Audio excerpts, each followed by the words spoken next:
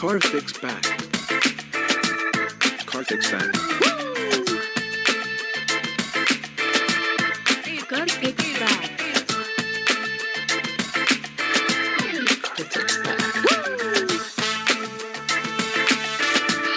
back. Car fix back. Car fix back.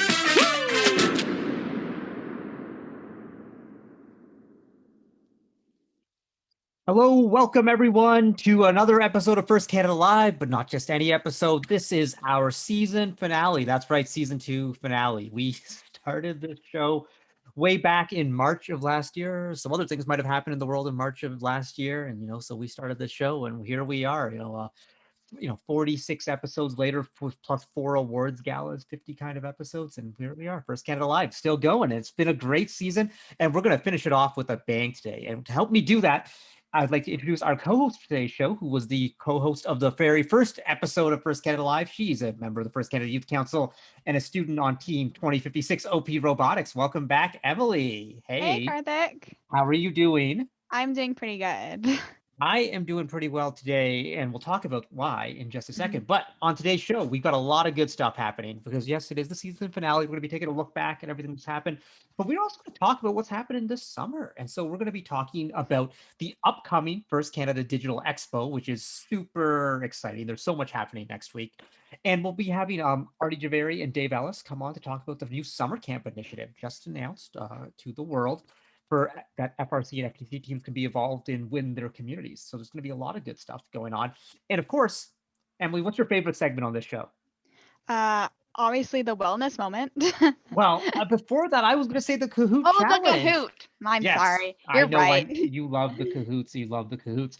And the Kahoot challenge, it's not just any Kahoot challenge. We're bringing back all sorts of past champions, including first president, Mr. Mark Breadner. We've got Rishi, we got Miki, we got Corneil as a challenger. And of course, we have Brennan, who's won like 7 times. So that's going to be a fun battle. But hey, just a reminder, everyone who's watching, if you got any questions, drop them into the chat. We'll throw them in and we'll bring them up. If you want any trash talk for our Kahoot challenge competitors, you can put that in chat too. Just make sure it's graciously professional trash talk, because that is the ethos of what we do around here. But now we will get to your favorite segment, Emily, which is the wellness moment. Yeah, so the wellness moment for today, my wellness moment is all about plants. So some who may know me, I love plants. I love growing plants. But the big thing with my wellness moment today is I'm talking about plants that you're having in your rooms or in your houses. So there are certain types of plants that actually help purify your air and help circulate around your room, which can also help you have better sleep and such. These plants include things like snake plants, English ivy, spider plants, and aloe vera, which are all like really pretty plants as well to have in your room. They're not like big flowery, but they're nice, pretty, and I like having these things in my room. So I was going to show some examples of my fun spider plants that I have in my room. So, I love spider plants. Yeah, so this is my ginormous, I got 2 of these, so this is one of them. And fun thing about spider plants is that actually they grow off these babies here, and you can actually replant these and grow more spider plants. So that's my first one, and my second one's even bigger. But this one got even more babies off it right now. We're gonna be replanting those soon. Even bigger. So yeah, but that's my little wellness moment there, to encourage you to go buy some plants, help circulate the air in your room. And you could start with one spider plant. I know my parents started with like one spider plant back in the 80s when they first came to Canada. That spider plant's still going, and it sprouted off many other plants that live in other people's houses across the province now, which is really cool to think about. And then like aloe vera plants, like they're useful because that's, you cut them open and then like you've got this like super useful jet ointment for I bug bites. love aloe vera plants. I used to have this ginormous one that like went like this wide long and had like nice thick leaves. I accidentally killed it at one point, but other than that, it was really good for a few years. And it was beautiful. Yeah, I love aloe vera too. If you move away to university, Emily, are you going to take some of the spider plants with you? Oh, 100%. 100%. Yeah. It's a nice little piece of home. All right. Well, that's the way to go.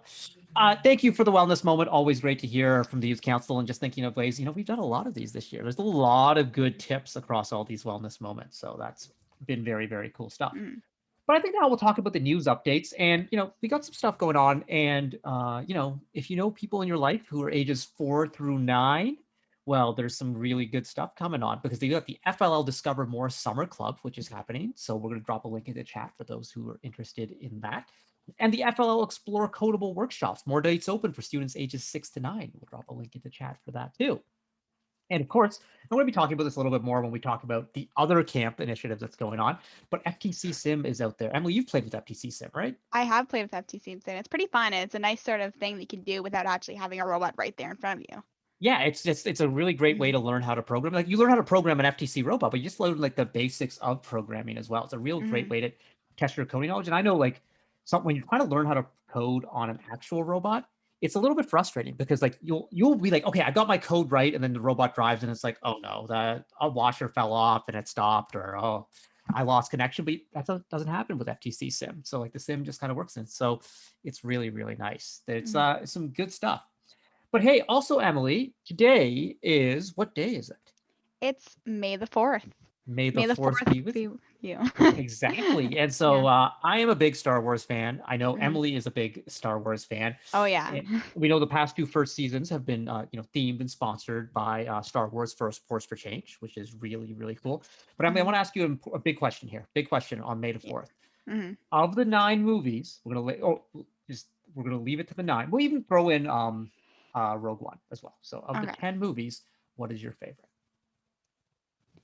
That is such a hard question because they're all so good, and like I think I have to go with A New Hope just because it's the original. It's down to the basics. It's like the start of the series, pretty much. But yeah, New Hope is my second favorite one. I mean, like it sets the scene. It sets the stage, and like there's just so many iconic moments, like the binary sunset, and just like the music that threads across all 10 movies, like Leia's theme and like the Binary Suns song and just all that imagery. But for me, it is episode 6, Return of the Jedi, because that's also that a one. good one. So first of all, like that movie, like when you start off, it's like we haven't seen Luke in a while. The last time we saw Luke, he was kind of whiny. Yoda was riding on his back, and he was just like, "Oh, I don't know. I think I'm a Jedi." And Yoda's like, "You're not a Jedi yet. You got to train." He's like, "No, I got to go help my friends." And then all his friends die, get captured and everything, and it's bad. But then he just shows up, and he's like,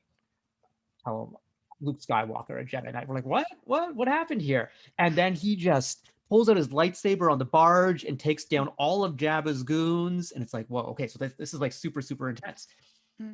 But then it cuts away and he goes back to training, and we see Yoda pass away, which was super, super sad because everyone loves Yoda, and like Yoda is just like this idol, and then they go back and like the space, but then they get to the planet of Endor, and then they meet the most intelligent creatures in the galaxy, the Ewoks, who are like the best. I love the Ewoks. They are my favorite creatures in Star Wars. They are cute, they are intelligent, and they took down the Empire with just rocks and rope. Just like, okay, like no one could take down the Empire. It's like the Empire just blowing up planets like Alderaan, whatever. But the Ewoks, I love the Ewoks. They are. Oh yeah, Ewoks are a pretty good one. Yeah. Yeah, they are. They set the stage for everything. When I was a kid, I wanted to be an Ewok. I was approximately the right height, and I just thought that this would be like, I wanted to carry my stick and just like walk around and like give Princess Leia a dress. You know what I thought was weird about that? How did the Ewoks have a dress that was perfectly sized to Princess Leia? I don't know. Like, I think it's one of those moving magic things. Like one of those things where it's just like, oh, there you go. Yeah. And like, they have all these piles of sticks and all these booby traps and like giant logs to take down AT-ATs, so. Yeah. Okay, so then I know you got into the Clone Wars recently. How far along did you get into watching the Clone Wars? I got busy with stuff such as school, so I got to about season 3. I know. Okay, I know. I need to get into season 7. I know. It's a lot. Well, now there's the new series that just started today. I haven't watched yet, but The Bad Batch, which is like the spin-off of the Clone Wars. I forgot about that. And it's going to take place in the time from after the Clone Wars and before A New Hope, like before Rogue One, and that like period there for Vader's hunting people down and stuff. So that's going to be super interesting. Yeah, my goal here is to get the Clone Wars done because I know the Bad Batch comes from a lot of I know the Clone Wars is a big thing that everything is connected to because it was just the beginning of everything, and now everything's pulling off of that. So like, yeah. On the Star Wars website, though, they put out a list of, hey, you want to watch the Bad Batch, but you don't have time to watch all the Clone Wars episodes, and it's like a list of 12 episodes to watch or something. Oh. So I thought was like really nice because I get it. Like I have Yeah. friends too who have been trying to get into the Clone Wars, and they're just like, dude, it's like 7 seasons. Of a It's really cartoon. long, and it's a big commit. Like, I've tried and I've gone through like a good portion of it. It's just really hard to get all the way into it, especially because like it's just it's just Well, really long. Yeah, it is. And I know season 7 is when everything gets really good, so yeah. I watched it a few summers ago, and like that took like the whole summer. Like it's just like Mm. it's not a bingeable. Like I'm gonna watch Mm. everything No. at once. Like Yeah. watch an episode or two here or there. But like I liked it because it gave such an enriching backstory to so many of the characters from the prequels. Who like we saw more of Mace Windu, and young Anakin became really fleshed out, and we saw how cool Padme was. Like Mhm. yeah, I really appreciated all the growth in Yeah. all that. So that's like the good Star Wars stuff. I have to Mhm. say that I was kind of disappointed last year. Well, everyone was disappointed when the season ended, but one of the reasons is like we only got 2 weeks of the Star Wars theme. And this was the first theme that I was super, super into, and I was just looking forward to, like, who knows who would have shown up at Championship, like, Yeah, like especially with like Mark Hamill like making the announcements and right, everything. Like right. I was so excited for that. Imagine if Mark Hamill was your Einstein MC. I would like die right there. Or Like, even better, imagine if like 3 Ewoks came out and MC'd on Einstein. I'd be fine with that. Like literally anything. I know I would expect R2D2 to be there, obviously. Oh yeah, But, yeah, like, yeah. And BB-8 maybe. and then BB-8 and all of them. But like, C-3PO was my favorite droid actually. see, yes, I liked R2D2 just for the sarcasm. Yeah. Like that you never knew what he said, but you could just tell it was You knew. sarcastic. He was knew. basically every But, time like, being like, C-3PO, like seriously, man, just like stop. Just like, yeah, it was just where are you? Like, okay, that's yeah. fine. You stay there. I'm gonna go find this Obi-Wan Kenobi. I'm gonna do my mission while you just like stand there, Yeah. Like, Yeah. and they were such buddies. They were good buddies, They took care of each other. And deep down, like R2 really, he loves C3. And then when C3PO was so sad in episode 7 because R2 was in low battery mode, and then Yeah. R2 came back. Oh, That was when the R2 came back, I was so happy for that. well, Mm. I don't know how much Mandalorian can we talk here without spoiling it. It's been like 4 months since the my season God. finale. Like, okay, I won't give the Yeah. big spoiler, but like the big spoiler happened and everyone was super Mhm. shocked that character showed up. But I was more excited about R2.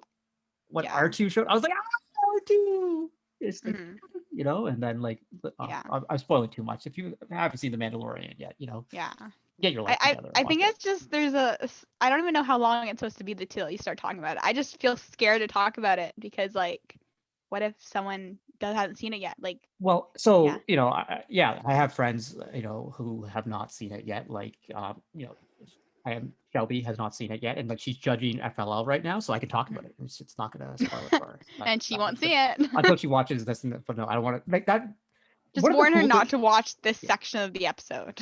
But like tying this all back to first in some sort of way and tying it to the Kahoot challenge. What's so great about Star Wars is there's this mythology, and we love and appreciate these characters. But we have a similar sort of thing in first, especially in FRC, with the mythology of these teams. Where we know their history for so long, and it's not like like with other high school sports where it's like, oh yeah, that high school this, but like with first, it's like, yeah, there's like this long epic history of like your team OP Robotics, going all the way back to the streak and being a rookie team in 2007, and then like being started by 11-14, and then that mythology, who was inspired by the hot team and that mythology, and like there's it's playing robots is cool and we love it, but I think there's the added depth that the stories behind these teams and the history and all that stuff, and that's kind of what First Canada Live is about too. And that's why we started the show, is to share some of that history and to share some of those stories. So it does all tie together. It's all connected in some sort of a way. 100%, yeah. It's it's funny how that works out. But then we'll have to see what the theme is for next year, because maybe if it's not Star Wars, maybe like who Marvel. Well, exactly. Disney, Star Wars, Marvel. If it is a Marvel Cinematic Universe Oh my theme, gosh. I will lose my mind. I will just I don't know what would happen. I could dress up as Nick Fury for events. Oh yeah, you could totally do that. Nick Fury. Okay, who's your favorite character in the MCU? Oh, right now it's Scarlet Witch. Yeah, I'm not gonna say anything, but yeah, we're gonna spoil another show. I know, I'm not gonna say anything, but for that reason, yeah. For me, it's still Nick Fury. I am a big fan. Underrated, Phil Coulson. Phil Coulson, very Oh, I can, yeah. underrated. And then Agents of Shield was such a good show. so good. Yeah. And then M'Baku from Black Panther, the leader of yeah. the I forget the name of his tribe now, but the one they only use the really fancy wood as opposed to Yeah. vibranium. Mhm. But Yeah. like when he came over to like defend T'Challa at the end, like yeah, a big Mhm. fan. Captain Marvel, I love her attitude. Oh, Just yes, like don't 100%. mess with me. Like don't mess around. And like I love the way that her. And then obviously I don't know if there's anyone out there who doesn't love Peter Parker. Oh, of course. Yeah. But, Yeah. just- He's a, yeah, I like him. I also like why did I just blank there? Iron Man, obviously. obviously, Like yeah. yeah, obviously. It was just such like the ending for the, I'm not gonna spoil it. I don't know. I feel like Look, that one is an infinite no. I That don't one- even know. But I yeah, don't know like about that one because that's just like an infinite. Don't talk about that ever. But infinite. I get the pun. Infinity right there. But yeah, like I love the mentorship from like um Nick Fury mentoring Iron Man and Iron Man mentoring Spider-Man. I think it's all very cool. Hey, we've talked a lot about Star Wars and the MCU, but we're gonna get ready for our next segment. But before we do that, we're gonna come back with a video from one of our sponsors. Say hello to MDA.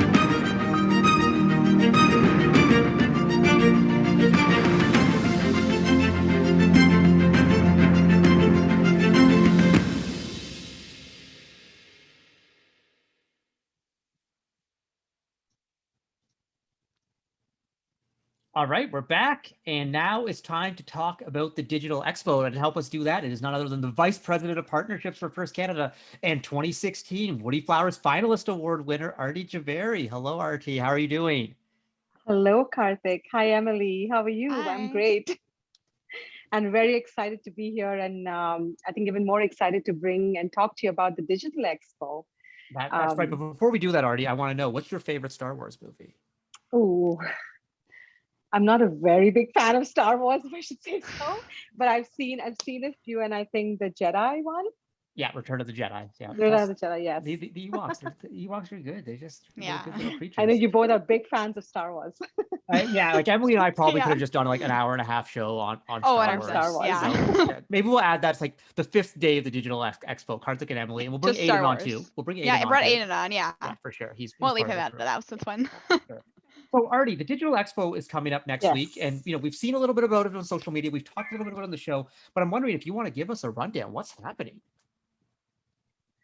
So yes, I think I can. I mean, we're very excited. I think it was a very different year for a lot of teams this year, and we're very grateful for those who participated. Everybody had very different challenges. I think the best thing was teams kind of worked through those, and I think the most important thing that we said throughout the year was make sure safety is your number one priority, and teams did that, and we're so grateful for that in terms of making sure that teams kind of worked in their environments in the best of the circumstances that they had to deal with. But so the Digital Expo is, think about the Paramount Center. When you were at the Paramount Center and you had these marching bands coming along. I mean, we can't bring the marching bands to you, but we are bringing all that celebration virtually to you. And we're going to be having lots of fun with it. So it's a week long of celebrations. We are hoping each weeknight we're going to recognize our amazing groups in FIRST. They're our teams, our youth, our volunteers, our mentors. So each weeknight we're actually going to be celebrating and recognizing a different group of people. And Saturday is going to be unreal. It's going to be like our championship night, or our we're calling it Celebration Saturday. It's a full day of events. We have things going on right from 9 in the morning to 6 in the evening. So it's going to be a lot of fun. We hope everybody can join us on that day. But I can talk a little bit more about each day maybe, and give you a little summary of what each day looks like. Yeah, I think, Artie, what we'll do is let's do a sneak preview of each day and then we'll talk about it. So let's take a look Sure. at what's going to be happening on the Monday, day one of the Digital Expo, May 10th, with which is the team celebration day. So let's take a look at the team celebration video.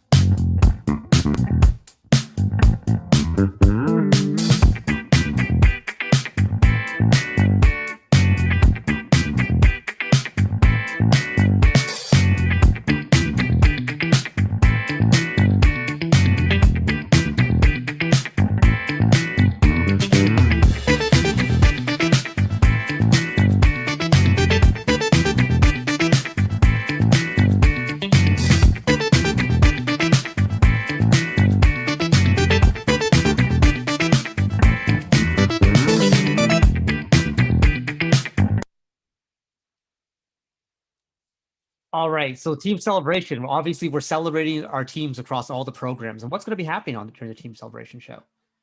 So we have our, like I said, it's a celebration of all our teams. We have our FLL Challenge Global Innovation teams coming out, and these are the challenge winners basically who have competed in the Global Innovation Project and are coming out to display what they've done. So it'll be very exciting to meet them. We also have our 5 district chairman's award winners coming out.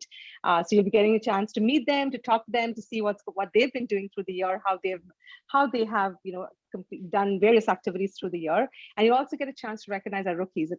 We've had a lot of rookies this year, and so being able to recognize our rookies. And then lastly, we're doing a very cool video on our recap of the whole season. So that's going to be exciting to look at really what all teams have done this year and where teams have brought first in. So that's going to be pretty exciting to see all those different things. We did some very unique things this year, Recharge Your Bots, Devathon, So we'll talk all about that in there and just recognize all of the cool accomplishments that that teams have done this year.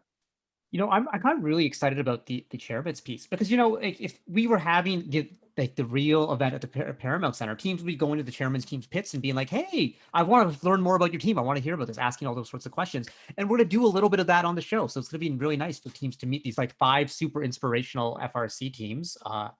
Emily, your team is one of those teams, right? Yes, they are one Yes, of they those are. teams. They're going to be. Yeah. Are you coming on the show?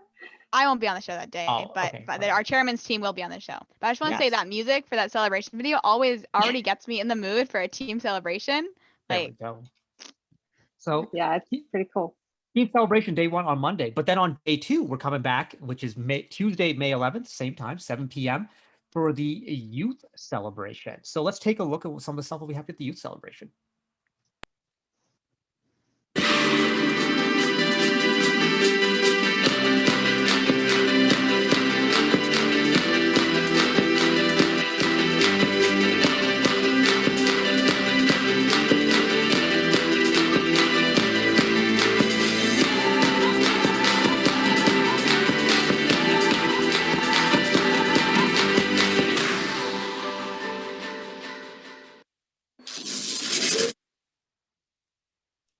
Okay, well, this looks fun. There's going to go. Emily, I think I saw you in that video. I think I saw me too. Okay. All right, Artie. So what's happening at the youth celebration day? We will be again looking at celebrating our youth, which is really our Dean's List First Tech Challenge and First Robotics Competition Dean's List finalists that are going to be now competing at the provincial level. So we'll meet them, we'll say hello to them, and we'll be able to recognize those amazing Dean's List students. I think we have 6 finalists from our FTC program and 10 from our FRC program. So they'll be online with us. So you'll get to see them. And then you'll also hear from our graduating youth council members, which is really exciting. This is the last time I guess you'll hear them on our first kind of live show, but they'll be talking about all the amazing things they've done this year. I can see Emily shed a tear there. They'll talk all about the amazing work that they've done this year. They'll talk about what it takes to be a youth council member, how to apply for this if students are interested. So, any teams that are watching, I think this is a great way to find out what the youth council does all year, how they support not just First Canada, but teams and youth across Canada. So I think tuning in would be really important to know what to get out of this for if you're going to be in the youth council. Yeah, and all year long, I get questions about like, what is the youth council? How can I join the youth council? How can I start a youth council in my state or my country or my province and whatever? And so we're gonna lay out all the information. Emily, you're gonna be part of that panel. So anything you I want to will add? be part of that. I'm just gonna say that it's gonna be really exciting, and we're gonna have some fun stuff lined up for it. So, yeah. You're all up to something, aren't you? It's not like last year's end of season 1. It's not that Okay. again. Okay. Well, I know it's Well, gonna the be a youth great council- time. The youth council has taught us a lot, right? From TikTok videos to a lot of new things on social media. So it'll be interesting to see what they have to put up on the 11th of May. Yeah, the youth council, like it's really, and we'll talk about this more on that show. But the youth council has really shaped a lot of initiatives for First Canada, and they've really helped set direction and given us guidance, and we continue to learn from them, which is really, really cool. Which is it just kind of speaks to the nature of this program in this community. Okay, day 3, May 12th is Mentor Celebration Day. There are so many amazing mentors in this program. How could we possibly recognize them all? Well, we're going to try, and we're going to start by taking a look at this video, Mentor Celebration video.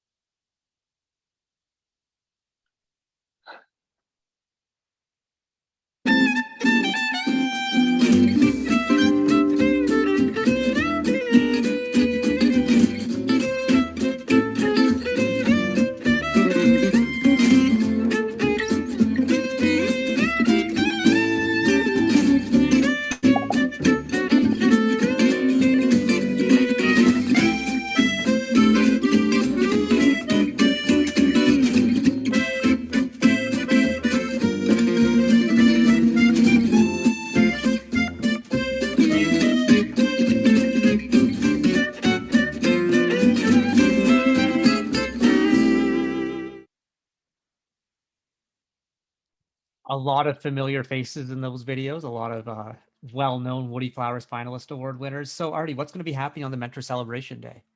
So, typically at an event, we'd have all our nominees come down on the floor. We'd have them wave out in the stands. We'd be able to recognize them on every district event. And we'll be doing that virtually at this show. So we'll be recognizing all the nominees that have been nominated for the Woodie Flowers nominees, as well as the FTC mentors. And then we'll also be we also have something very exciting that day. We are bringing in the World Woodie Flowers winners to our show.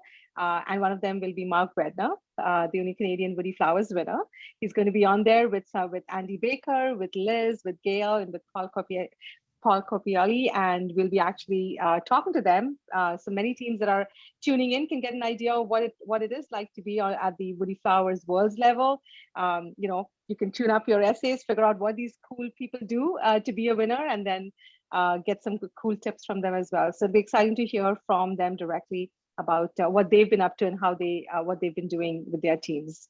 Yeah, and you want to make sure you want to tune in, because this is when your mentors are going to find out if they've been nominated for this award. So, everyone's going to want to tune in to see their teams, to support their team, and support their fellow teams too, and support their friends. And also that panel with the Woodie Flowers Award winners. We are so fortunate in Canada because we have Mr. Breadner up here, and we have him at our events, and he always talks, and he's always engaging with the audience. He's going to be on the Kahoot Challenge in just a few minutes too. But to have people like Gail and Liz Califf, who was the first ever winner of the Woodie Flowers Award, and of course Andy Baker of Andy Mark, and Paul Copioli of Sphero, and Paul, who used to be the Waterloo MC, game announcer with me for many, many years, the Karthik and Paul show. It started from the bottom, and then we went to ESPN. So it'll be a little bit of a reunion right there with one of my best friends, and so I'm really excited for that segment. It's going to be a lot of fun, a good discussion there. And then the final day, well, the final weeknight, because this is the celebration Saturday, but on the final weeknight, we have a volunteer celebration on the Thursday. And the volunteer celebration is going to be a lot of fun. So let's take a look at the volunteer celebration video.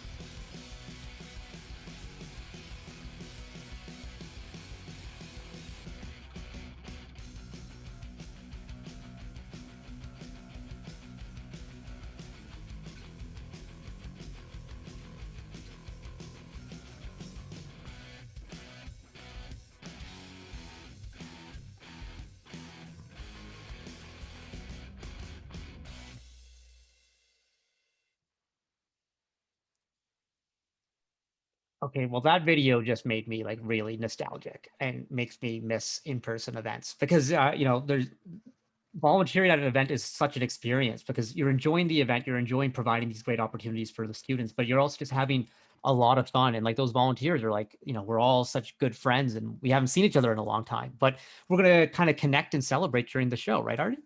Yes, absolutely. We have some of our volunteer of the year for 2020, as well as our very first 2020 cross program award winner going to be at the show. And we'll also be recognizing all our award winners, all our award nominees that have been, and award winners, sorry, from the last previous year. So it'll be a cool event to kind of recognize the volunteers that have done such hard work. We've had virtual volunteering this year. A lot of our judges had to be in rooms, with a lot of our students this year in virtual environments. We've had all our judging happen virtually. We've had every event that we've had involve virtual volunteers. So we'll be also kind of recognizing those and being able to see what it looks like it looks like it being a volunteer in FIRST. So tune in for that. And then the final day. Celebration Saturday. And I am so excited for this because like this is as big of a day of FIRST as you can get. It's going to be first at 9 a.m. We're going to have the FLL Challenge Provincial Championship. The remote event is going to be happening where we're going to be showing the best robot FLL matches of the year, and of course all the awards, and it's the FLL Provincial Championship. And then, yes. Arti, what's next? And then our FTC Provincial Championship. So from 9 to 11, we'll be doing our FLL Provincial Championship. And then from 12 to 2, we have our FTC Provincial Championship. And then finally, we'll be having our big FRC Gala for all our award winners. And this includes all awards. So we're doing our At-Home Challenge Awards, the Design Challenge Awards, Chairman's, Woodie Flowers, our VOIs, our cross program, our Dean's List.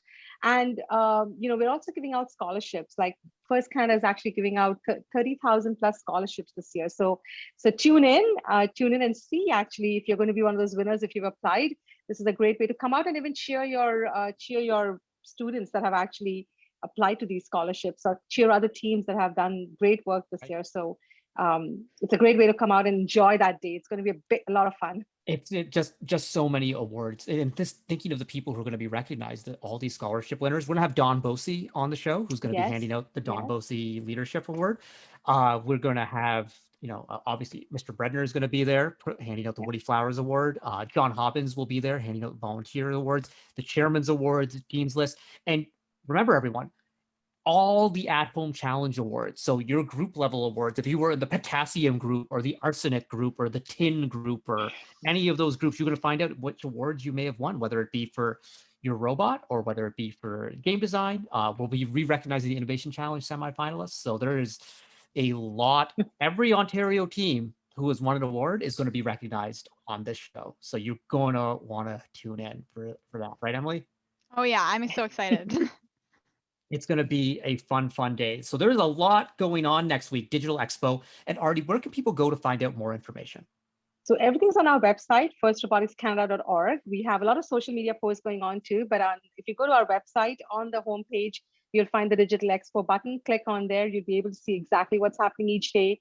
There's a program booklet also going up with the agenda and more details shortly. So it'll all be available to everybody. So that's where you would go and find more information. And it's going to be on Twitch. So if you're tuning in that day, tune into Twitch right here where we are today.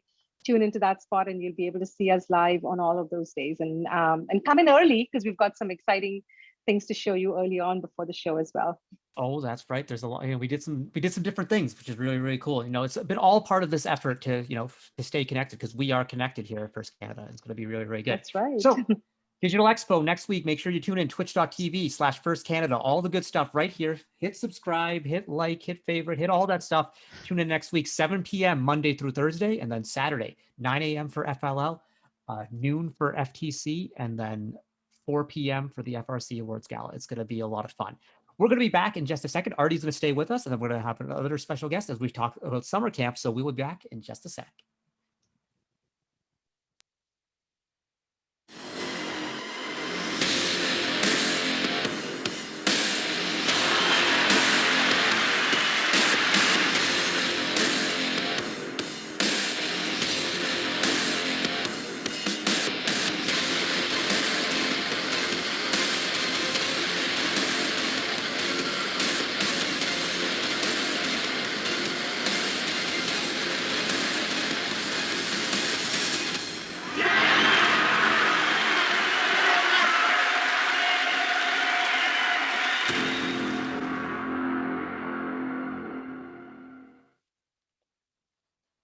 Oh, hey, we're back. First Canada Live season finale. Lots of good stuff happening. And now I'd like to welcome the Vice President of Programs and the President-elect of First Canada, Mr. Dave Ellis. How's it going, Mr. How you Future doing, President? Karthik? Yeah, it's going well, my friend. It's going well. How you doing?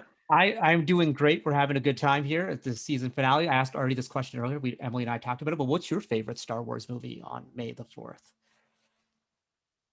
I have to say Return of the Jedi is definitely my favorite full movie, but I like the earlier episodes when they talked about the development of like the clones and the whole army and that whole backstory about how that all happened and what the Emperor was devising all the way along. I thought that was really cool. So I like that part of the Yeah, the I think that's another neat thing about the Star Wars storytelling is that because it wasn't in order, like there's a lot of, for the people who grew up and we watched episodes 4 through 6 as kids, we all created these backstories in our heads and we wondered what was happening. And then like when we were teenagers or in our 20s, we got to find out. And it was just like, oh my goodness. Like I remember that first trailer hit. I was like, wait a second, is that Anakin Skywalker was a kid? I'm like, of course he was a kid at some point, but like you see like, oh, Yeah. that's Leia, Luke's mom. Oh my goodness. And yeah. It's funny too, because like you watch those first 3 or the middle 3, I guess, and then you started watching them as they came out, right? And it wasn't until just recently actually that our family decided, okay, every Saturday night for the next 9 weeks, we're gonna watch, actually it was 11 weeks because we watched the 2 other ones as well. Yeah. We're gonna watch one of the Star Wars in order so that we could get the whole picture of it. And that was really actually helpful to cement all of the storyline for me, because it still felt very disjointed for me watching it out of order earlier. Yeah, I do that. I didn't do it this past Christmas, but usually like every Christmas I'll do like just like take 1 or 2 a day and just kind of watch and enjoy or whatever. It goes with my Christmas tradition of watching Die Hard, but that's another movie we could talk about at length. But hey, Dave, Arti, thank you for being here because we're talking about some really cool stuff that was announced just today. So why don't you tell us what's going on this summer? Yeah, absolutely. So I guess the big thing is that First Canada and the Ministry of Ed have been long-term partners, really good partners, and have done lots of great things together. So we're partnering again this summer to deliver some opportunities for kids across Ontario, largely focused on underserved, and really trying to focus on learning loss that's been experienced due to COVID. So we all know that this year hasn't been the same for our students in class, and back and forth, and it's just been a struggle, I think, for everybody. And so there's been identified gaps that need to be filled. So the ministry has decided to partner with a few people, and luckily we were chosen as one of those partners to develop some summer programming for students across Ontario. So we're really excited about it. We've got a number of initiatives that are lined up, and I think Arti and I are going to talk about a few of them. Arti, I think she's going to talk about our online drop-in sessions and our summer camps and our community camps. So I'll throw it over to Arti for that. Yeah, thanks, Dave. Yeah, it's exciting to have that opportunity, and we're actually privileged to be able to partner with them. Some of the things that we'll be talking about is about our one of the programs is actually our online coding or drop-in sessions. So we actually will be holding 1 day, 1 hour sessions for students. It's a 60-minute long session workshop where students can come and get a taste of really what coding, programming, robotics is all about. It'll help them with their creative thinking, sequencing, just get a little bit of a touch about what programming might look like for them, and be able to get a spark into that, and then maybe join our weekly workshop. So that's happening as well. So after they come into these drop-in sessions, there might be an opportunity for them to also attend some of our weekly summer camps, and that's happening in July and August. We'll be running camps Monday to Friday, 5 days a week, where students can be enrolled, and either we'll be having multiple sessions, so they'll get a chance to register into any one of those sessions. It'll be done for grades 8 to grade 5, and we'll be actually including some programming activities, engaging them with problem solving, teaching them about a little bit about coding, and just getting them engaged in, like you said, a little bit about math and science, and the work is done that you can kind of engage through robotics or through FIRST. A lot of our programs are part of our Ontario curriculum.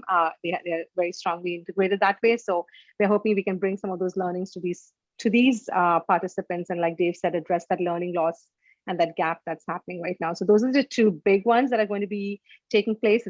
We've actually have a big team that's going to be looking after delivering some of these workshops. We're doing the planning right now, so we'll get them engaged and start putting more information on some of this, on the dates and the times and all of that on our website. Yeah, and a lot of this is based around FTC Sim, right, Arti? That's right. A lot of these two ones, the online drop-in sessions as well as the weekly summer camps, are all based on FTC Sim. So it's very cool because that was just newly developed in the last year or so, and it's available to everybody worldwide right now, and will be a very cool engagement to not just learn programming through like block programming through the FTC Sim, but also then eventually taking it and getting the Java code to now put it on a real robot when you actually are able to build an FTC robot and get that on. So it's, it's all in all, I think it'll be a great experience for students. The program's on our browser, so you don't have to download anything. It's very simple and easy to use. They'll be able to use it even after they leave the camp. So it'll be available for them even after the camp. So there'll be a lot of opportunities for them to continue that learning even after they finish the camp. Very exciting. And then the last one other one that I was going to talk about is about our community camps. So we've in the past FRC has engaged with various communities, underserved and underrepresented communities, to bring camps or to bring robotics or to bring our programs into their community. And we've seen a lot of successes in various communities like the Malvern or up in the north, or our First Nations groups.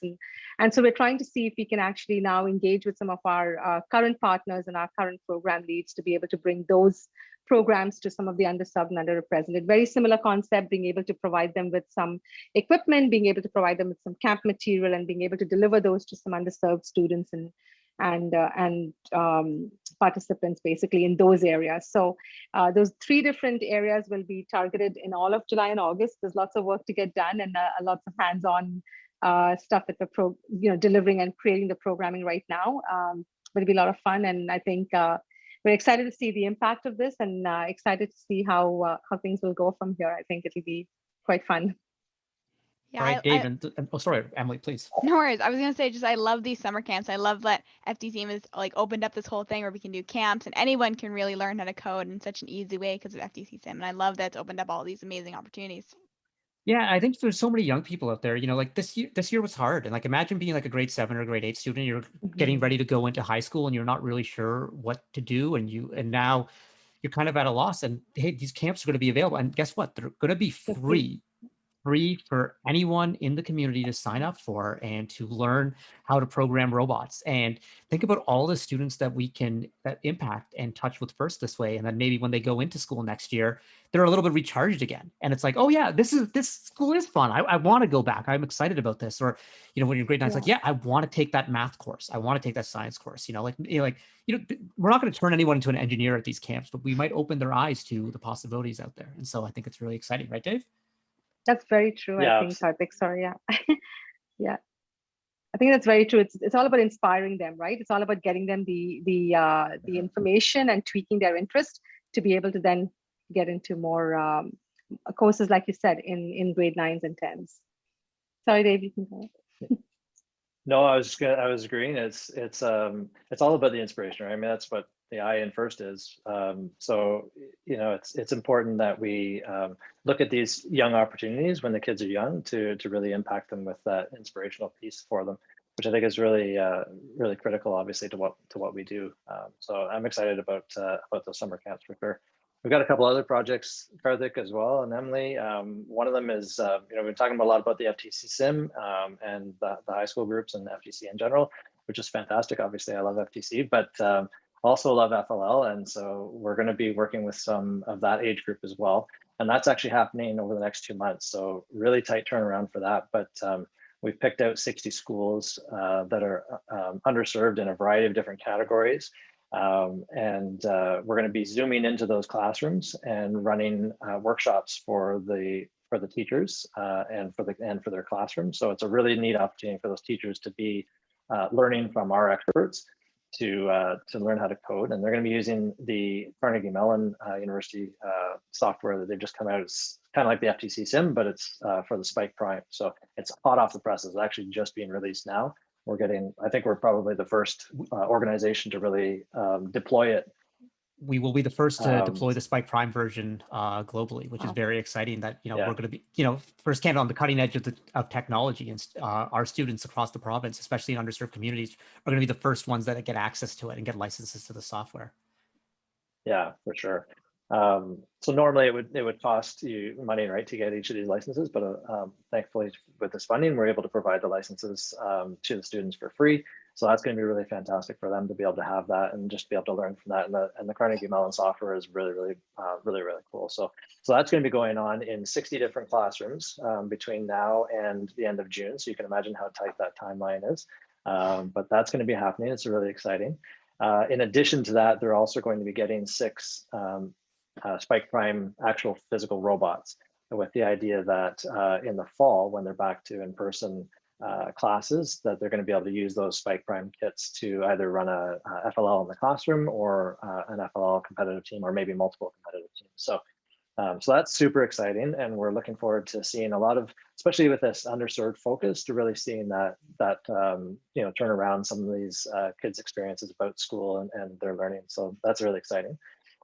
We have another one which we're doing kind of a repeat of last summer, but with a little bit of a twist. So we did the FTC Summer Institute last year, and we're going to be doing that again this year. But this year, in addition to the teachers that come to the Institute, we're going to be also having them kind of bring virtually 4 kids with them from their school, so that they're kind of building a team through that summer with that teacher and making that connection and learning from them. So we're going to be teaching the teacher, and then that teacher is going to be committing to spending time following our lesson with them to work with their students throughout the summer. And it'll be a 1-hour workshop each week for those teachers that are involved in that. So we're looking forward to that too. That's going to be really exciting. It worked really well last summer. And so, I think it's going to be even more powerful this year because we're bringing the kids into it as well, which will be really fun. And then the last one is a really neat one. The plan originally was to do it at Studica in person. Studica, a big sponsor of FRC Canada, especially in the FTC realm. And we were hoping to host it at their site, and that might still happen, fingers crossed, but probably not. So we've prepared and are ready to pivot to a virtual version of that. But it's 4 weeks, full day camp for kids, again, underserved focus. And the idea is they would come to the camp and they would get their own robot. So whether or not they're at Studica or not, even if they're at the home, they'll have their own robot. So it'll deploy really easily if we go remote. And they'll be working through this curriculum through the week with us. We'll be spending the whole day with them every day for 5 days straight. And there'll be 10 kids in each of those camps. So we're going to run that for 4 weeks straight. So really looking forward to all of these opportunities. I think it's going to really open some kids' eyes to science and technology and engineering and math, and it's going to be a really fun summer, I think, for all of us. Yeah, and it sounds so exciting because FRC Canada brings programs to students in so many different ways, and we're used to the traditional competition settings, but we're going to do something a little bit different this summer, and we're going to focus on these camps, and it's just new ways to bring people to FRC, and they're all going to become part of the FRC family. And then, hey, maybe in the fall, maybe they're part of FRC teams or whatever, and maybe they're part of your FRC teams out there, and there's just a lot of really cool stuff going on. Emily, what do you think of all this? Because I know this is brand new news to you. Yeah, I have hearing this for the first time. I think these are all like amazing opportunities that some of them I kind of wish I had when I was like in grade 8 or something. But it's super awesome opportunities, and these things I really love participating in. So yeah. Well, I was enjoying watching your reaction there, Emily, as we were doling each of those out. You're like, oh my gosh, that sounds good. And we brought on a great, exciting team of FRC Canada alumni who will be helping us out as interns this summer. They're all university students who are recently graduated, and so you saw their names on social media recently. So that's really exciting to work with them, and they're going to be deploying a lot of good stuff for our community. And we're going to be reaching out to, like Arti said, some of our community partners, to FRC teams, to a lot of groups to help put this all together. So it's going to be good. Dave, Arti, anything else to add? No, I think just stay tuned and be up to date on our website and our social media. I think that's where we're going to be sharing a lot of the information in the coming weeks, especially for FRC teams that want to do this, that want to help out with these initiatives. Everybody's doing so much of outreach, and a lot of FRC teams do that anyways. This is a great way for them to be engaged in something that we are doing here. So stay tuned to our website and our social media channels. All right. And now, before you go, Arti and Dave, I got a question for each of you. Who do you think is going to win the Kahoot Clash of Champions? Oh, yeah, you got to make a pick. I'm going to go for Miki. Okay, Arti's picking Miki. Miki, one-time champion. Dave, who's your thought? The underdog. Honestly, I think Mark. I think Mark stands a good chance. If it's not Brennan, of course, right? But if it's not Brennan, I think it might be Mark. All right. Well, we will find out very shortly because we're coming back with a Kahoot Challenge, Clash of Champions. Arti Javeri, Dave Ellis, thank you very much. And we'll be back in just a couple seconds. Thank you. Yeah.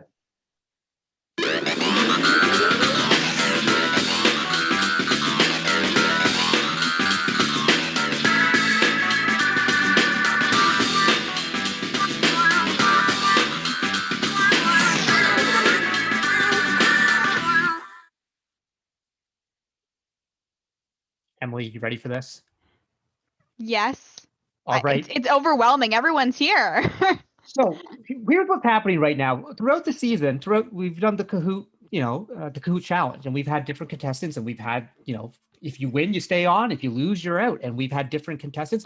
We're brought back every single Kahoot champion to be on the show today. So let's introduce them in order of their championships. The first ever Kahoot champion, one-time champion on the show, but also a winner from the audience, the president of FRC Canada in 2008 championship Woodie Flowers Award winner, Mr. Mark Breadner. Hey, Mr. B. Hey, Karthik. You ready for this? Oh, I'm ready.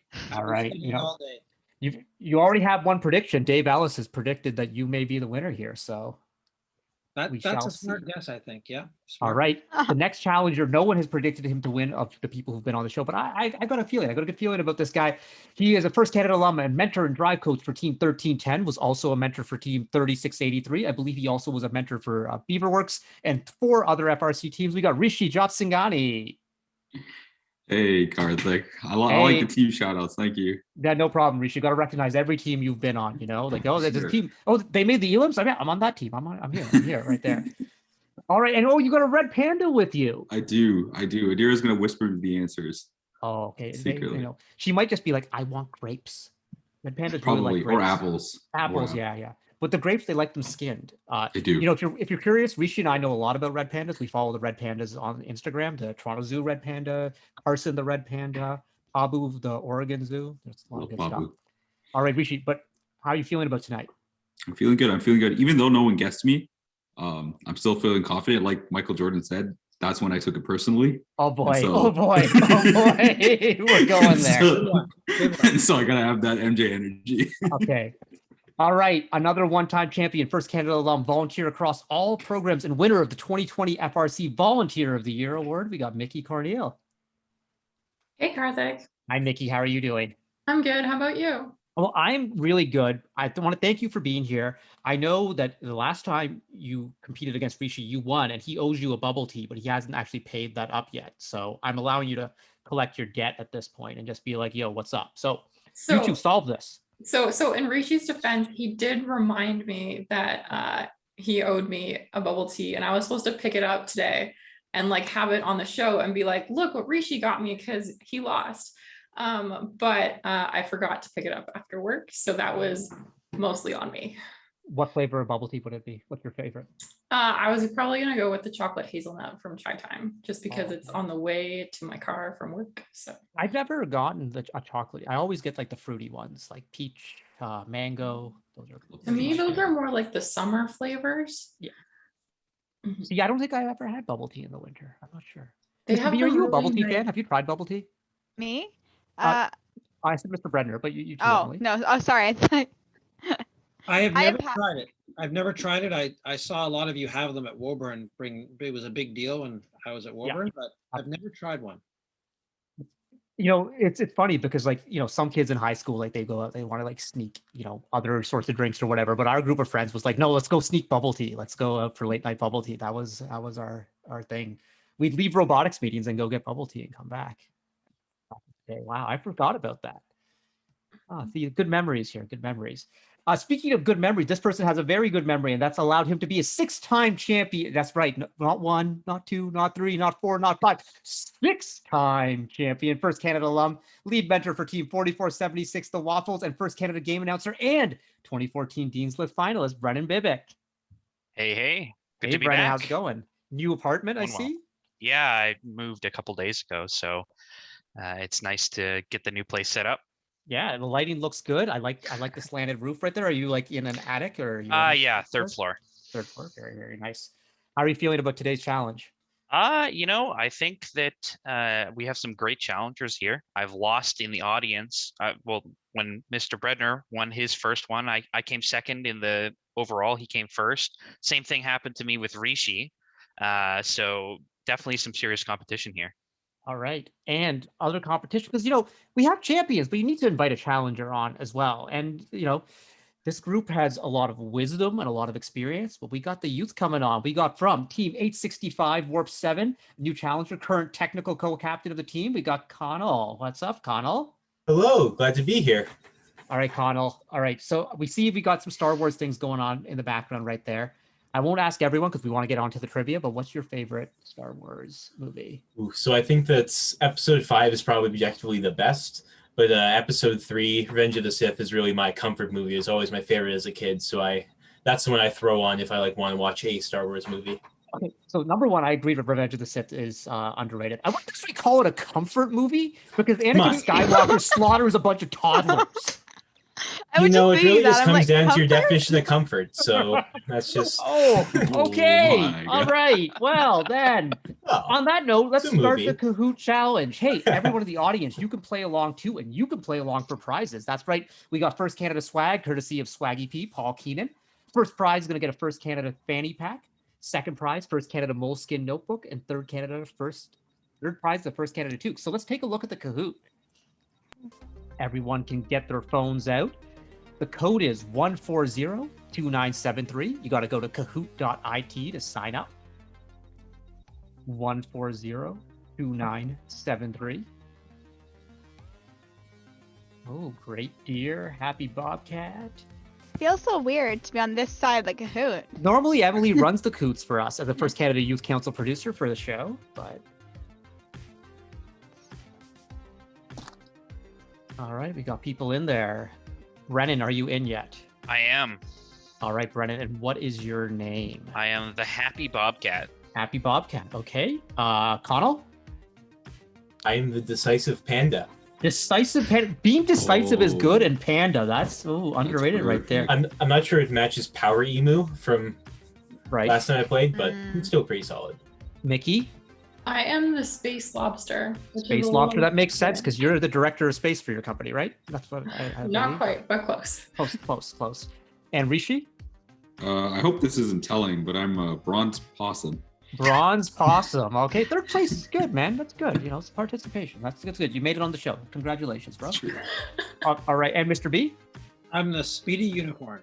Speedy Unicorn. Oh, wow. Okay, you got some good names there. I'm probably going to forget all of those. Emily, are you playing? I am playing. I am Great Deer. Great Deer. Oh, the first one in. First one in. Rishi, what happened to Adira? Where'd she go? Oh, she's right here. I can't let you read her lips or anything and give away the answers. That's fair. She'll give away the answers right there. Okay. All right, we're getting some more players in. Anyone want any final comments before we get started here? Any friendly wagers between everyone? I can do a winner of us. I can get them lunch. Oh, a lunch. I can wager that. Lunch. Is that lunch going to be like you're going to take them up to the volunteer lounge at one of our events? Because you know, if I can wait that long, then if I can push it off.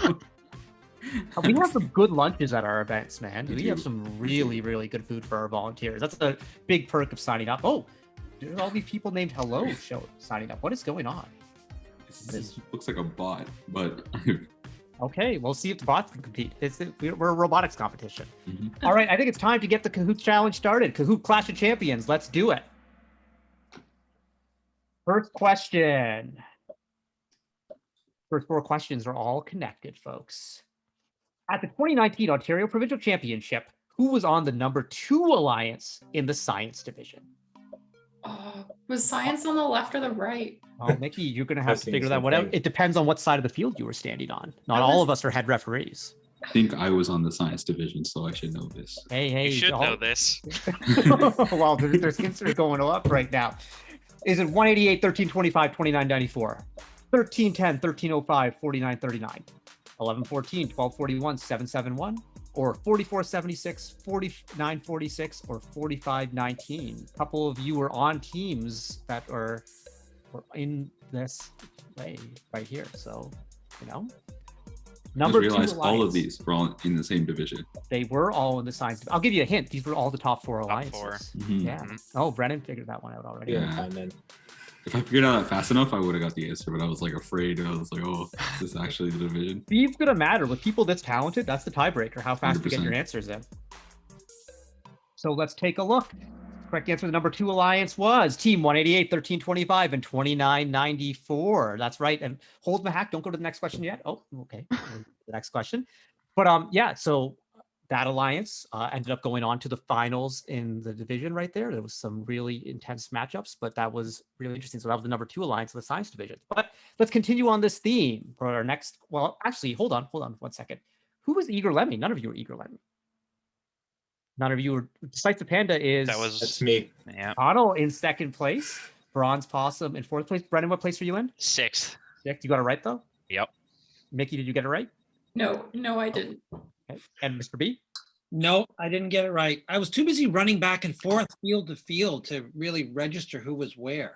Mr. B, you will be at a slight disadvantage at these next three questions because you were running around this whole time because there was a lot going on at that. Our provincial championship is where everything's going on. All the sponsors, all the students wanted to talk to you, all that good stuff. So there was a lot going on. Mickey might be at the biggest advantage because you were staying in one place the whole time, but you were also very busy deciding these tough referee calls. See, my problem when I'm roughing is it's just like red robot, blue robot. So like the numbers don't really make a huge difference to me. But Connell, Brennan, and Rishi were all on drive teams as this was going on. So I wasn't on a drive team, but you were on the drive. Oh yeah, you were. You're Yeah, the strategy guy in the stands, man. You should get these then. Yeah, that's Yeah, why that's you're in right. first place. That's why you're in first place. got that one at least. Okay, next question. Let's do this. At the 2019 Ontario Provincial Championship, who was on the number 3 alliance in the technology division? Was it 2056, 3683, and 4907? 2200, 5406, 4814? 2386, 4917, 4992? Or 2852, 610, and 1285? Emily, by the way, did you get the first question, Emily? I did get the first question. This question I don't think I'm getting.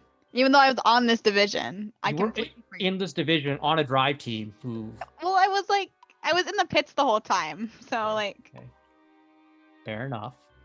But these matches would have been played when you were in the queuing line. Okay, yes, very true. It was also 2 years ago, so I know all of these teams were in the top 4, and I know these were all alliances. I just can't place them. We have 150 answers. Everyone in the world is playing all of a sudden. This is something weird going on. Just seeing these teams, Karthik, just reminds me how deep, like how many great teams we have in Ontario. I mean, yes, the depth of that provincial championship, and like it was, the 2019 provincial championship might have been the best event that we've ever had in Ontario, and that includes the events where we've had some of our friends from the States come up. But this level of competition was super intense. So the number 3 alliance, captained by Team 2386, had 4917 and 4992 on the alliance. So let's take a look at our standings. Happy Bobcat is in number 1. Is someone happy Bobcat? That's me. Oh, there we go. Brennan up to first place. Connell, did you get this correct? No, I got that wrong. I chose the 610 alliance. Okay. Mickey? I also got it wrong. I chose 610 too. Rishi? I got it wrong, but I shouldn't have. How'd you get this wrong, man? I put the second alliance thinking that there was someone in between that I missed. Oh man. Yeah. Mr. B? I chose 610 as well. So yeah. Well, 610 was surprisingly on the number 4 alliance. As Parth Patel will tell you every time you talk to him, they had a really tough schedule at provincials, so it kind of knocked them down to standings. But I hear that a lot from Parth, actually. Parth mentioned that 1 or 2 times, before. But okay, let's keep going on this theme. By the way, there are bots in the chat who are getting 1,000-point answers. So this is you guys have to beat these bots as well. So Not going so well so far. all right. Next question. At the Ontario Provincial Championship 2019, who was on the number 7 alliance in the technology division? We got to give teams on the bottom side of the bracket some love too. 2702, 4678, 7757, 4688, 5885, 4903, 4920, 1360, 4039, or 6867, 4069, 2706. You Connell's really just are shaking his throwing out head. hard questions. Yeah, but this one's Con- hard.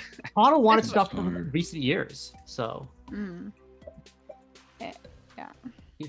we've got our MC Sydney out there. She was the MC on that field, actually, so makes sense to have her out there wearing the provincial championship shirt, which was a really cool shirt. Also, these were like the 5, 6, 7, 8 alliances, and look how strong these teams were. Some of these alliances, these teams made the eliminations at championship and actually, did some damage. These are very strong alliances. Wow. 150 people answered the last question, but only 23 answers this time. Correct answer is 4688, 5885, 4903. Mr. B? Well, I had it narrowed down to 2 and I picked the wrong one. So, Okay. yep. Rishi? No, I picked red. Okay. Mickey? I also picked red. Brennan? Nope. I got yellow. Connell? I went with green. Wow. Okay. Wow. Emily. I got green as well. Wow, Oh, no. Okay. Wait, but Dave Ellis, Oh, Dave yeah, Mr. Ellis Ellis in going. the chat got it right. So watch out. Okay, Oh. let's take a look at our standings here. Agile Gator is now in first place. Eager Lemming, that's you. Connell in second place. Brennan. Oh, in no, that's not me. You're not Eager Lemming? I was some sort of panda. I don't remember. But Oh, yeah, that's no. right. Okay. I'm Decisive losing track panda. of all the names here. Decisive. It's a Panda. lot of names. Okay, this is the last question from this category. At the 2019 Ontario Provincial Championship, who was on the number 6 alliance in the science division? Rishi, you really better get this. I know this one. Yes. I saw number 6 and I was like, thank you. 4783, 865, 75, 58. 4932, 5024, 5483. 4976, 4525, 6378. Or 7022, 4152, 6461. Fun fact, this is when I faced them in the quarters, that was the first series I've ever won at provincials. Really? Yeah, I've got knocked out in quarters every single year prior. Oh, man. Yeah. You had a good run. You had a really good alliance at provincial that year. That was their 1310, 1305. Who was your third bot? It was, I believe it was Allspark 9. Oh, yeah. Allspark 9, they're like a classic third pick at provincial championships. Definitely. And I needed those, I needed the discs. I can't remember, the hatches. Hatches, yeah. Allspark's Maybe defense. if you could have gone for defense there and just picked 771. I could have. Yeah. I could have. Might have changed things drastically. Hey, 4932, 5024, and 5483. Connell? Yep, got this one. Okay, your division. That's right. Brennan. I did not. Oh, Brennan, you should have been scouting that alliance. I know. Oh, man. Mickey? No, I did a Mr. B and picked 2 and picked the wrong one. Fishy. Yes, I did. Yes, okay. Because you played them in the At first least round. you played them, yeah. Yeah. And Mr. Brenner? No, didn't get this one either. Okay. Emily? Nope, didn't get this one. Okay, that's all right, everyone. We got a lot more questions to go. It's anyone's game still. So let's take a look at our standings. Agile Gator's still in the lead. Agile Gator's gotten 4 correct, it looks like, with 3,600 points, but no one else has gotten more than 2. So it's wide open here, folks, wide open. Okay, let's jump. Now, this one's more what I call deductive reasoning. Next question. What was the lowest team number rookies were assigned in the 2003 season? Is it 743, 1,000, 1239, or 1498? The lowest number that rookie teams were assigned in 2003. I'll give you a tip for deductive reasoning. Pick a team that was a rookie in that year and then round down. Might help you get there. I had to think for a second if you meant lowest as in like latest or No, lowest but as in, lowest numerically. number. Yeah. Lowest numerically, Rishi. Were Yeah. you a math major? Or, actuarial science specifically? No, yeah, you're right. And I did a master's too, yeah. Just saying. Dave Ellis says, I'm in 54th place. LOL. It's sad that there are only 43 people watching and I'm in 54th. Correct answer is 1,000. That's right. 2003 was the first year of 4-digit team numbers. Connell? I got this wrong, unbelievably, because my team is 2002, so I don't know what I was doing. Connell, you were born in 2003 as well, correct? I was, yeah. Okay. Brennan? I got it right. Nice. Mickey? I got it. Rishi. Got it. Mr. B? Yep, got it. Yeah. These ones, Mr. B, I figured this would suit you, especially back at that. This is when you were out on the road starting all these teams that year. And you probably remember the team, because what happened in 2002, they got up to 1,000 and they realized the systems weren't ready for 4-digit team numbers. So then they backfilled from 743. And so that's why, we had teams like 771 that year, but we also had teams like 907 or 865. Okay. Yeah, we had a string of them with 771, 772, 773. The Kooks. I recruited each of them like on concurrent days. It was like consecutive. It was really bang, bang, bang. Yeah, it was very, very cool times for First Canada. Okay, so now let's take a look at our standings. All right, Agile Gator still there, but happy Bobcat. Brennan, you're catching up. Let's go. Next question. What was the lowest team number rookies were assigned in 2008? 1710, 1980, 2330, or 2702? So the last one I used 1114 as a guide to get it, and this one I did the same thing with a different team, but a year after, or a year before, sorry. That was very intelligent, Rishi. That is the deductive reason I expect from a lot of the mathy. That's exactly. Just forget what I said before that. I was gonna say, oh, you may be off if you did it that way, but if I got it. You got it. Okay.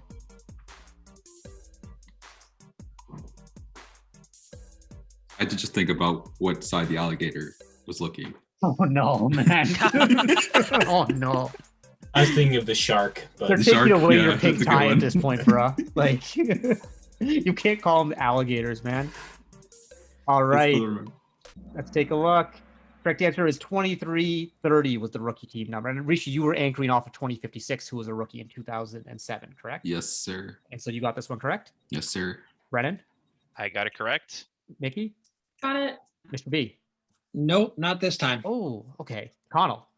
Nope, I was off. Emily? Got this. Got it, of course, 2056. All right, let's take a look at our standings. Ron's Possum has passed Happy Bobcat, so Rishi's up there. But who is this Agile Gator out there? Agile Gator, are you in chat? Jamie Sin, are you Agile Gator? Is that what's going on? We got to find out who the Agile Gator is. But let's hit our next question. It could be Paul Keenan. Oh, could be. Yep. Okay, flash forward to the year 2013. What was the lowest team number rookies were assigned in 2013? 4450. Brennan's like, what? 4,900, 5,400, 5,800. Brennan has reason to know this.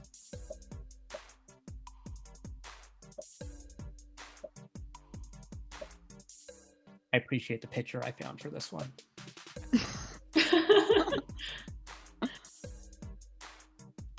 The Kahoot stock images are actually pretty good. Apparently it's Parth Suthar. Oh, Parth Suthar redeeming himself after being a 0 the first time. 4450 is the correct answer. Brennan, you got it because the waffles were themed 4476. Connell? I got it, yeah. Mickey? I also got it. Rishi? I got it. Mr. B? Yep, got it. Emily? Nope. Oh, we almost had everyone. It's close. It's close. Okay, one more. I think you can guess what we're going to be asking here. All right, Agile Gator up there, Bronze Possum in second. What was the lowest team number rookies were assigned in 2018? Just a couple of years ago, folks. 6,300, 6,800, 7,400, 8,000. Feels a lot harder. Yeah. Your sister's trash talking a little bit in chat. I mean, I'll see if Suthar can keep this up. Keep first place. I don't know about that. I've seen his fantasy performances and they haven't been as consistent. Oh, so wow. Let's see. Wow. Goes to the fantasy thing like that. I would never do that to James Spencer or Josh or Dirier or Jack, even though actually this year they're all actually smoking me. So, Oof. All right. The correct answer is 6,800. Connell. I got it. Brennan. Yep, same. Mickey. Got it. Rishi. Got it. Mr. B. Got it. Emily. Yep. Yeah, see, you all got the hang of it. Okay, let's take a look now. First place is, oh, the bronze possum passes the agile gator. Happy Bobcat is only behind by 16 points. There is a lot of Rishi. good stuff going on. But guess what? We still got 5 questions left. But now into the world of FLL. But Rishi, this question ties into you a little bit. In 2016 Animal Allies FLL game, how many points did you receive for releasing the panda? 5, 10, 15, or 25? Releasing the panda, like Connell is right now. And there's a picture of 2 pandas who need to be released. Are they cute? They're adorable. Yes. If I get this wrong, I blame Adira, so. Don't blame Adira. It's not okay. Actually, she wasn't born. That's not fair. Well, we have some questions coming up that Connell wasn't born for either. So, correct answer is 10 points for releasing the panda. Connell? Blind luck, but I got it. Hey, Brennan? Nope. Oh, Brennan, no. Mickey? Got it. Rishi? Got it. Nice. Good job, Adira. Me? Nope. Okay, Emily? Yeah. Okay, that question was just intentionally difficult. I just wanted to ask a question about pandas. I was supposed to get a text from Dave Ellis giving me the answer, but I didn't receive the text. So Uh-oh. Yeah. We'll have to talk about that tomorrow morning staff meeting. Yeah. Okay. Sure. Next question. Well, let's look at the standings now, see where we go. Rishi's Bronze got the lead Possum. by a lot now. Ooh, Yeah. big lead over Happy Bobcat, Agile Gator. Let's see what's up next. Which of the following are not past official FLL Challenge mission names? Manure, sludge, dumpster, methane. These are actual names. I know 2 of them. Tackling when I was doing the research. Tackling. And making that face too, like. Yeah.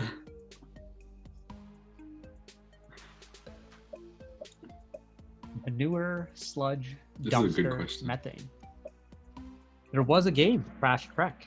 So, Oh no. the correct answer was dumpster. There was actually a mission called manure. That was actually a thing. Brennan, do you remember manure? I do. Yeah.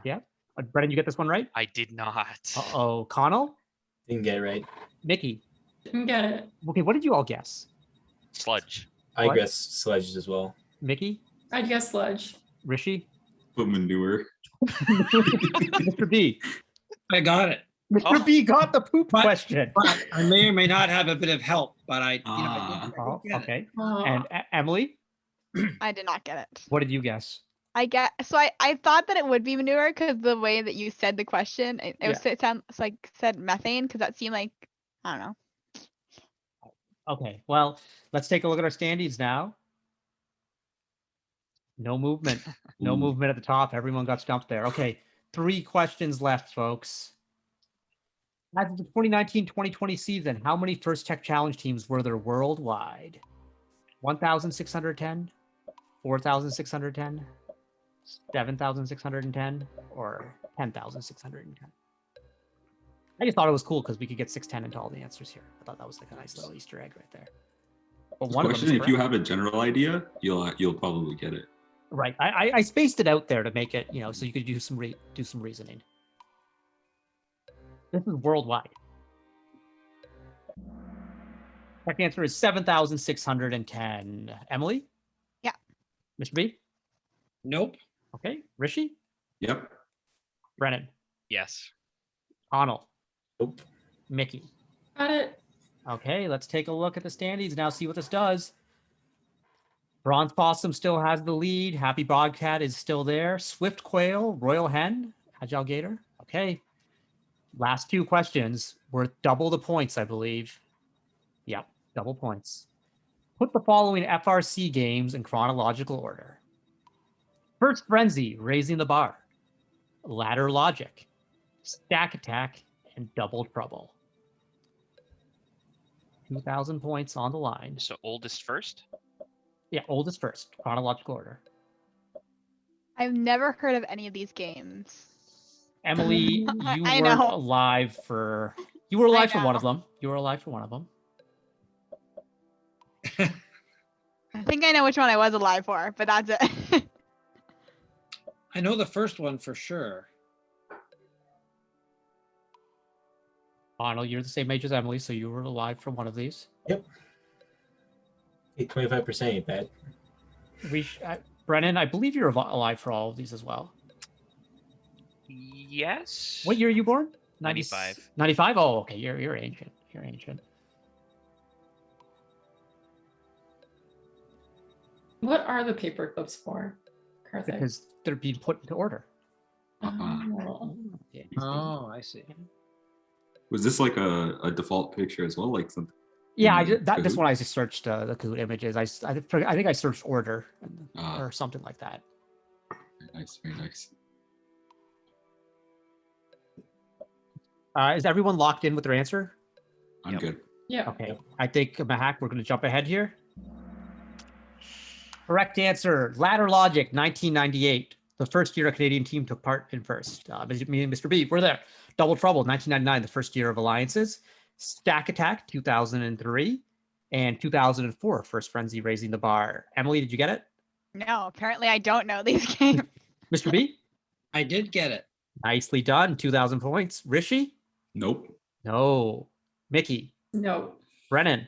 I did not either. Oh, Connell? Nope, me neither. Okay. Gonna come down to the last question here. Let's take a look at the standings. Bronze Possum up there in first place. So everyone, what place are you in right now? Starting with Emily. 6. 6th place for Emily. Mr. B? 7. 7. Rishi? First. First, right. You're right there. Brennan, you're in 3rd. Mickey? 8th. 8th. And Connell? 11th. Okay, everyone's up there, and there's 2,000 points on the line here. So between Brennan and Happy Bobcat for the championship. Let's do it. Fastest finger goes here. And we'll end it the way we've ended every other Kahoot challenge. Rank the following teams from most to least blue banners. 2056, 1114, 1241, and 1305. The top 4 Canadian teams in blue banners. Oh, Wow, Rishi, that was quick. he saved me.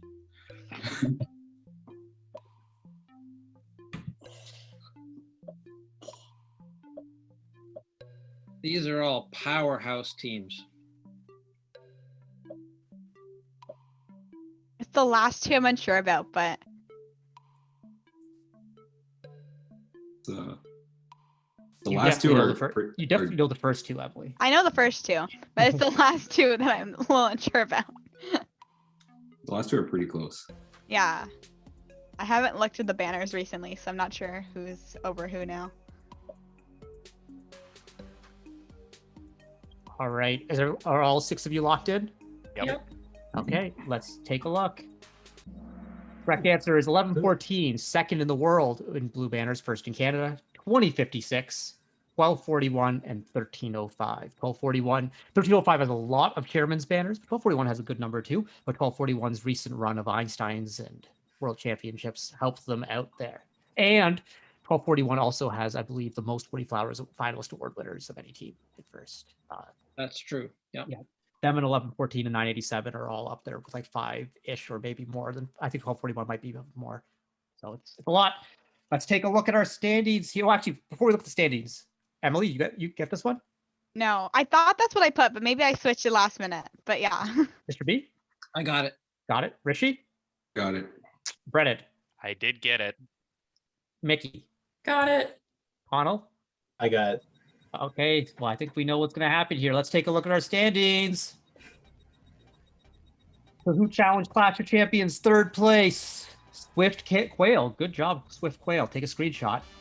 Happy Bobcat, Brennan in 2nd place. And our Season 2 First Canada Live Kahoot Challenge Clash of Champions champion of the world, the Bronze Possum, Adira, and Rishi. Congratulations, buddy. Thank you. Thank Very you. well done. Hey, take a Congratulations, screenshot, Rishi. folks, especially if you're a Swift Quail, send it to communications@firstcanada.org to claim your prize. Kaushal was the Swift Quail. So Kaushal There you go. finishes in 3rd That makes place. sense. That makes sense right there. Great job, everyone. Super, super exciting. Hey, thank you all for being such great sports and coming on First Canada Live this year. The Kahoot Challenge has probably been my favorite part of this. It's been a really ongoing segment, and I think it's really fun for everyone to see, all these people, like you're all, role models in this community in different ways, in different lights, in different parts of the community. So I think it's really exciting for the audience to see you all being real, having fun, and also knowing that you're not perfect, because none of us are. Not everyone knows the answers to this stuff. And I think that's really important, that even someone, like Mr. Breadner, who has been around FRC longer than anyone in the country, still, sometimes can't get answers. Someone like Brennan, who's just like this savant with knowledge, can't get all these as well. So everyone has their own skills and skills. Thanks. And just thank you for being on the show. It's been super exciting. Thank you, Karthik. All right, everyone. And Yes, we'll thank see you. Rishi, you'll be back for the season premiere next year? Of course, of course. All right, we'll do it up at that point, and we'll bring lots of people on. We'll come up with some new ways. We'll come up with brainstorm some ideas on how we can make this even more fun. But talk to everyone soon. All right, I got so excited by the Kahoot challenge, and I apologize, everyone. We're a little bit over time. That always happens on season finale. But Emily, Yeah. I guess it's time to kind of wrap up the year, and FRC Canada Live, it's been amazing. It's been a wild ride. So since we started doing this show at the beginning of the pandemic, 36,000 people. We have had 36,000 views across Twitch and YouTube. 36,000? 36,000. Wow. And across all the FRC Canada shows, if you think like STEMathon, FLL kickoff events, 50,000 views since the pandemic. And so, what did this show mean? Like, was this all about? And I think why this show is so important, it's kind of given a sense of normalcy to our community. Like when the pandemic hit, we were all so devastated. And like, Emily, you understand this devastation because your team was loading in to go to an event, right? We were literally packing up to go to Raritan, and then we heard the news. Yeah, and it was just so when all that happens, FRC Canada pivoted really quickly, and the leadership of Kim Cooper, Arti Javeri, Dave Ellis, obviously Mr. Breadner, they came up with like, how can we get our students engaged? How can we do something? I remember getting a phone call. They're like, hey, Karthik, you want to do this? I was like, yes. Like, well, first of all, what else am I going to be doing? We're in a global pandemic. But like, yeah, so I was just like, yeah, I'm all in and let's do this. And, we wanted to find a way to connect with our community when we can't be together. And that's hence, like we are connected. Like that's what it's all about. Emily's got the shirt on too, and so it's been really cool. And we've actually distributed over 300 of these shirts to people who've been on shows and volunteered at various activities that we've done during the pandemic. So that's another nice testament to this, and it's all been really, really special. And but now we're going to get to some fun. But I think what we're going to do is we're going to take a look at a highlight video of all the great moments on FRC Canada Live. Awesome.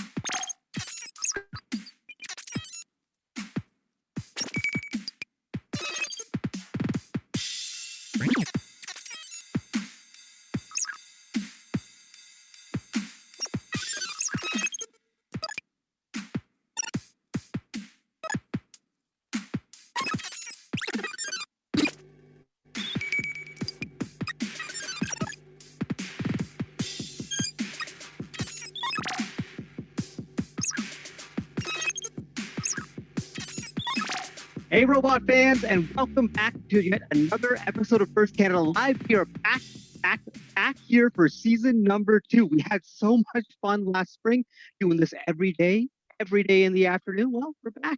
Primetime edition, folks. We are here to celebrate what's great in the FRC community. We're going to talk about robots. We're going to talk stories. We're going to talk community initiatives. We're going to give you the news updates so you know what's going on. We had lots and lots going on, as you can imagine, with the changes and things that are going on. Lots of interesting projects with FRC Canada staff, but also with FRC HQ as they were sorting through, what this year would look like.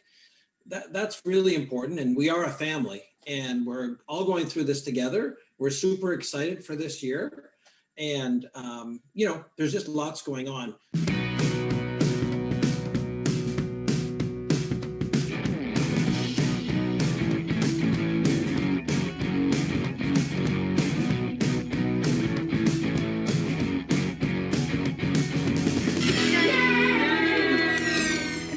Talk about all all the announcements for the rest of the show. The president of First Canada, Mr. Mark Breadner, John Hobbins, Dave Ellis, Annika Pint, Arti Javeri, Paul Keenan, Marie Jolicoeur, Christopher Alto, Praneet Trivedi, Parth Patel, Connor Bosey, Sydney Lemery, Anthony Calchuri, Victoria, Michelle D, Emiko W, Julia M, Maria M, Emily F, Namira, Sriti, Ishan B, Mahak D, Rohan, Jordan. We know you were busy last season. We keep towing around it, but I hear you have some slides to show us about some of the projects and initiatives the Youth Council worked on. The first Youth Council thought that the social media is a great way to get the first Youth Council's initiatives out there. Now that we have Dave here, we have John here, Karthik, tell us more about this Recharge Your Bot challenges, because I'm excited to hear what's going on. All right, so here's the deal with the Recharge Your Bot challenges.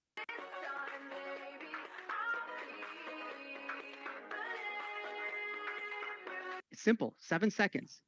You know, just take an original meme, you know, you think you can hurt me, and then pull your story in there. I mean, the robots were great, but this one I was like, wait, how old are these children? Because this is like, impressive. We had a few brainstorming sessions to decide which problem we are going to study. At the end, we had to choose between disability, motivation, and technology. Good afternoon, judges. We are Team Sparrows, and this is our project presentation. So I'm glad we have the entire Hall of Fame, well, not the entire Hall of Fame, but our little Hall of Fame group here today to talk about what the Hall of Fame is and, of course, the Chairman's Awards. Congratulations to team number.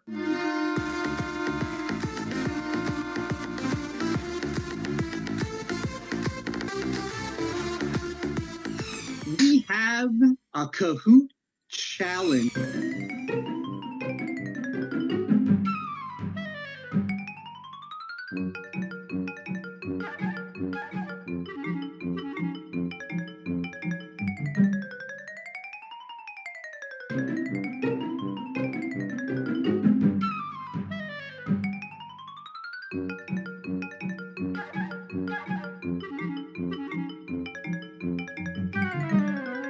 Okay, let's take a look at the final results here. You know, it's the news segment, so you have some news for us? I do. You know, I'm just super excited to personally welcome Dave Ellis. Dave will be the new president of First Canada, effective July 1st. And, you know, he brings such a wealth of experience to the role. He's been involved with First for over 15 years. So, you know, I'm just really, really pleased that he'll be taking over as president along with the rest of our amazing First Canada staff. All right, everybody gather around. You're looking at the newest rapper in town. My sound's laid down by First Live Underground. Hey, the bill collectors, they ring your team phone. Not knowing Mr. Breadner already lowered costs to the bone. With Ontario First programs led by D. Ellis, all other First regions ain't anything but jealous.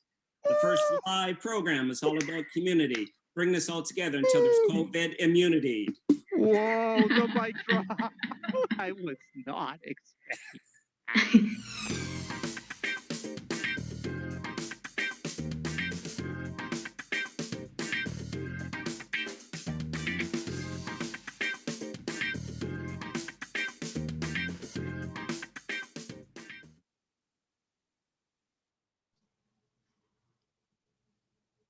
Oh, Karthik, I can't hear you.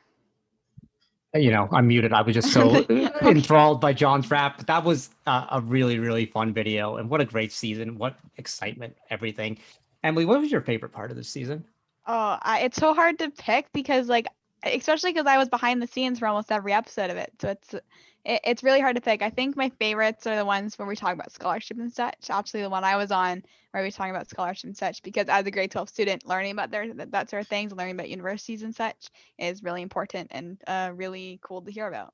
But and all the Kahoot challenge, that too. But yeah, the Kahoot challenges were a lot of fun. I really loved the one that we did on startups. I thought the startup founders, I thought that was really cool to have folks like Jano and Mike Yan and Celeste and Karen and Pat Martinson on just to share, just to show off the wealth of experience that exists in our community and the talented people, and to show the students like what, you know, could happen. But it was a great season, and there's so many people to thank. First of all, to all the co-hosts, whether it be our FRC MCs and game announcers or the youth council members like Emily, and then our youth council producers, our staff producers. And I want a special thank you to our lead staff producer. Actually, you know what? It's a little bit unplanned. Maybe Artie and I had a plan, but hey, Sarah, why don't you turn on your camera and come on the show right now, Sarah. I know she's like, wait, I'm the producer. You can't tell me to come on the show, but I can. What? Hello, Sarah. I'm not ready for this. No, you're not ready for this, but that's Gosh, for all the thank goodness fun. I put on my shirt. Exactly. Sarah, we just want to thank you for being the lead producer this year for First Canada Live and all the work you've done behind the scenes. Every guest who's been on the show has been in contact with Sarah and exchanged multiple emails with her. But Sarah's the one that gets us set up. She runs all our rehearsals. She contacts everyone, makes sure that everyone gets she makes sure everyone gets their We Are Connected shirt. And basically, you're the showrunner. So thank you so much for all the hard work you put in this year, Sarah. It's been so much fun and awesome to listen to you every week. So there you go. Well, it has been a blast. So, thank you to everyone who's made a part of the show, but also thank you so much to the audience, all of you out there who've been watching, who've been tuning in, week after week, or when you can, or watching on Twitch or watching on YouTube, sharing the words. We've just been, we're grateful that you've shared some time with us, so we can stay connected. And Karthik, I can throw it back at you. Thank you for being an amazing host over the last season and getting co-hosts and putting together all these shows and doing them so flawlessly. You're so good at this. Wow. Thank you, Emily. I have to say it's been a lot of fun. It's probably been the highlight of the pandemic for me, and for me, it's been a sense of normalcy for myself, just knowing that, at least in those first 3 weeks when we went, week after week, or when we're now like every Tuesday night, it's just like Tuesday night is First Canada Live. And I think a lot of us experience how we miss the community, how we miss that. But I love connecting with the community in this way and being able to chat with all of you. And I cannot wait till we can do this again in person. And that time's going to come, folks. We don't know when it's going to be, but it's going to come. And it's going to be absolutely grand.